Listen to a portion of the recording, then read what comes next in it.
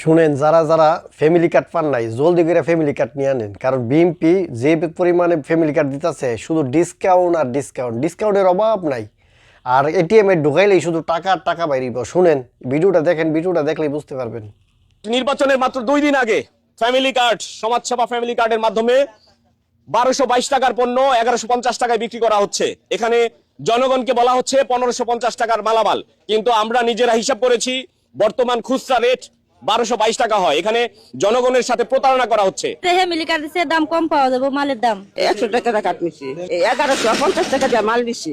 মালের দাম নেগা বেশি, বাস্তবায়নে দিয়ে দাম বেশি। আরো 6 মাস পরে স্মার্ট কার্ড করে দিব। তারা জনগণের সাথে প্রতারণা করতেছে। বিএমপি ফ্যামিলি কার্ডের কত শূন্য পরে এই কার্ডটা খুঁজছে 100 টাকা।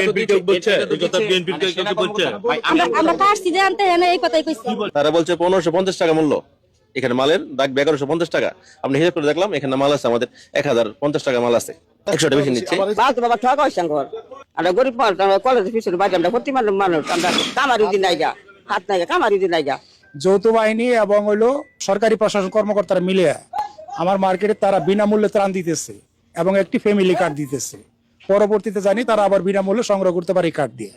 আমি এইটা জানি আসছি এখানে দেখার জন্য, এখানে এসে দেখি তারা টাকা নিতেছে।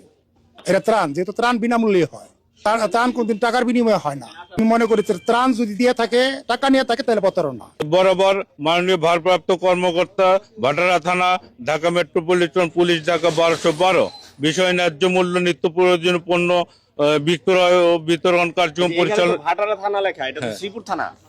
শ্রীপুর থানা।